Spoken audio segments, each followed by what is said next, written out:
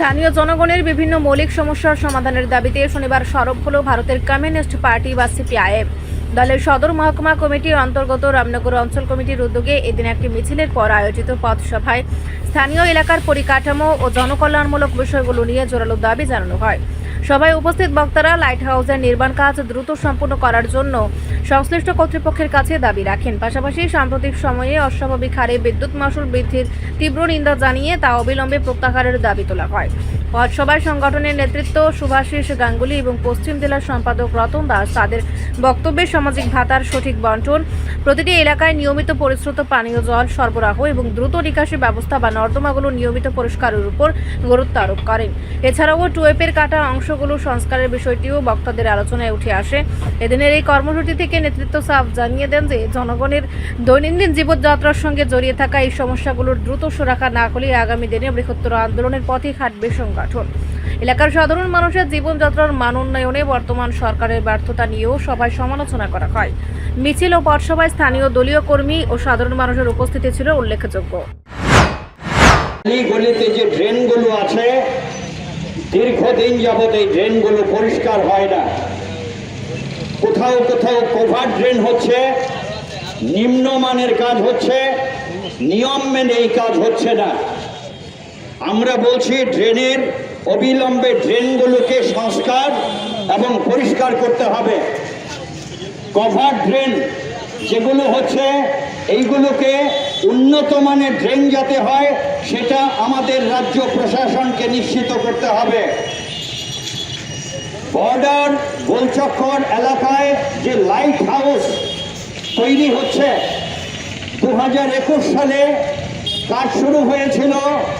বর্তমান সরকার প্রচার করে বলেছিল যেটা 2 বছরের মধ্যে মানুষের হাতে, নিম্ন আয়ী মানুষ, সাধারণ নিম্ন মধ্যবিত্ত মানুষের হাতে অল্প পয়সায় তুলে দেওয়া হবে।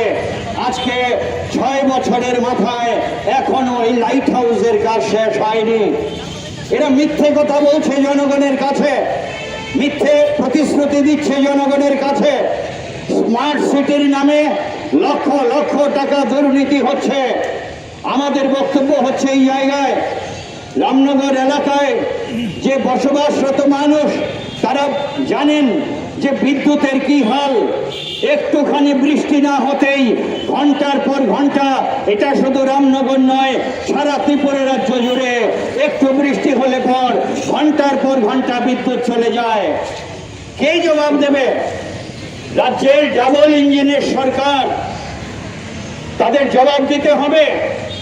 বামফ্রন্ট সরকার যে গরিব মানুষের জন্য সামাজিক বিভিন্ন প্রকল্পের ভাতা ঠিক করে দিয়েছিল, আজকে 3 মাস যাবত এই ভাতা পাচ্ছে না গরিব মানুষ।